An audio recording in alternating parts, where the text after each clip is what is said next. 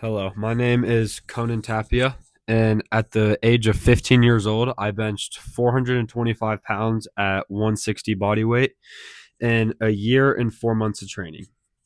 Yeah, you heard that right. A year and 4 months of training.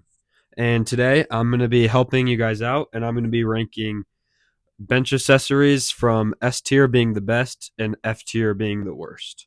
So if you want to blow your bench up, watch to the end and you'll learn which accessories will be the best and which accessories will be the worst for bench. And a reminder, this is strictly for getting a better bench. This isn't really for muscle growth. So if you care about muscle growth, you're on the wrong video. But if you want to get your bench up, keep watching. So we're going to be starting out with the accessory everyone has probably done, pause bench.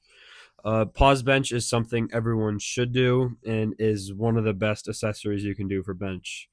So I'm going to have to put pause benching at A tier. I would put it at S tier, but the only reason I'm not, because this could just be me, but I don't enjoy doing pause bench. Like I know it helps, but I just like when I like walk into the gym and know I have to do pause bench, I just like dread it so much. So just for that pure reason, I'm gonna put it in A tier. Though besides that, it's probably one of the best accessories you can do for bench. Next, we have weighted dips, and if you've been watching me, you'll know where I'm going to put dips. Dips are the best, most efficient. They're even great for muscle growth. This is the best accessory you can possibly be doing for bench. If you're not doing these, you are genuinely like missing out on gains. I'm going to put dips slash weighted dips depending on where you at. That is 100% S tier and no doubt about it. Because if you're skipping dips, you're just begging for a poverty bench. But the one thing, and if you want to know how you should incorporate dips into your bench routine, what I do is I have one primary day for dips and one like secondary day for them. So one day I'll walk into the gym, I'll start with weighted dips, do my 3 or 4 sets or whatever, and then I'll go and hit triceps or whatever. And then the next day I'll bench first and then go and do my weighted dips. So that's how I do it. You don't have to do it like that, but that's how I personally would recommend doing them. Next, we have incline benching. This may be a shock to some of you, but I'm incline bench is an F tier exercise for a better bench. Incline because if you think about it, if it works your lower chest the exact same amount as a flat bench does, except you're loading like two thirds, 3/4 of how much you can bench. So your lower chest isn't getting stronger. Your upper chest is, but your lower chest is not getting stronger. So therefore, it's not going to correlate to flat bench nearly as much as you think. Sure, it feels good. Sure, it burns, but it's not going to get your flat bench up. If anything, it's going to decrease it.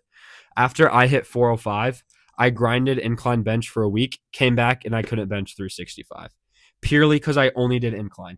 So if you want a bigger flat bench, stop doing incline. So first, before we start, I'm going to explain to you guys what this is. A Soto I'm gonna put Soto and pin press like in the same group because they're like basically the same thing. So a Soto press is you have the bar. I don't know what to use. I'm just gonna use a marker. You bring it down. You stop about an inch or two above your chest, and then you press from there. So it's working the upper 2/3 of your bench, and same with the pin press. You go bench on the squat rack. Set the safety bars up so it stops you from doing a full rep. So it's about 2/3 of a rep, and then you just rep it out from there. I think it's great for explosiveness. It's great if you struggle in your lockout. It's great if you struggle in the middle half of your bench. So just for that pure reason, I'm gonna put Soto at B tier and pin press at A tier, just because I prefer pin press a little more. Soto press is iffy, but pin press is great. I'm gonna put pin press at A tier and Soto at B tier. Okay, next is gonna be a tricep pushdown. I was debating about what putting skull crushers in the same category, but I'm just gonna keep tricep pushdowns in their own thing. Their tricep pushdowns are fine. They're good for muscle growth, I guess. But if you want a big bench, doing tricep pushdowns is not going to help you. Like, if I'm being completely honest, you're not really going to see much benefit from doing them. So, just because I enjoy the exercise, I like doing them, I still do them at like the very end of my workout sometimes. I'm going to put it at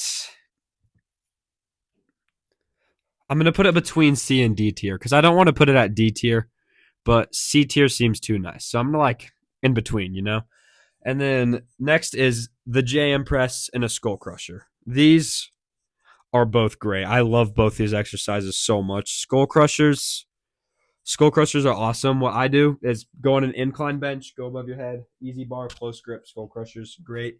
And then I recommend doing a JM press on a Smith machine just so you can really get the triceps. And they're both great for getting a bigger and better, or not bigger, getting a better lockout. So I'm going to put both of those at A tier. Next, we're going to discuss the chest fly.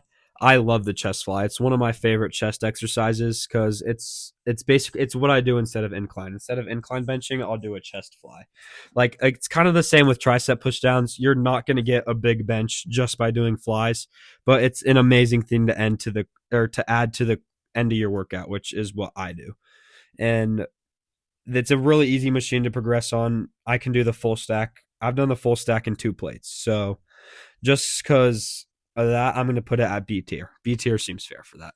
Okay, this last one I'm going to talk about seems to get overlooked a lot. It's mainly for the people who do wide grip like me. Not like don't go insanely wide, like medium to wide grip. If that's you, this applies to you. Hammer curls. Hammer curls are the most overlooked bench accessory ever. Because think about it. When you're doing a wide grip and you're right here, your bicep is holding you in place. Your bicep and forearm is what's gonna help stabilize you in this bottom position.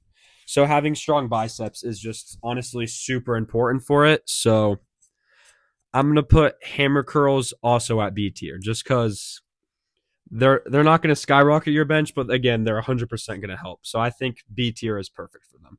So if you're not doing hammer curls and you do wide grip, make sure you're doing hammer curls. And that's it for this video. Let me know what you guys want to see next. And yeah, peace.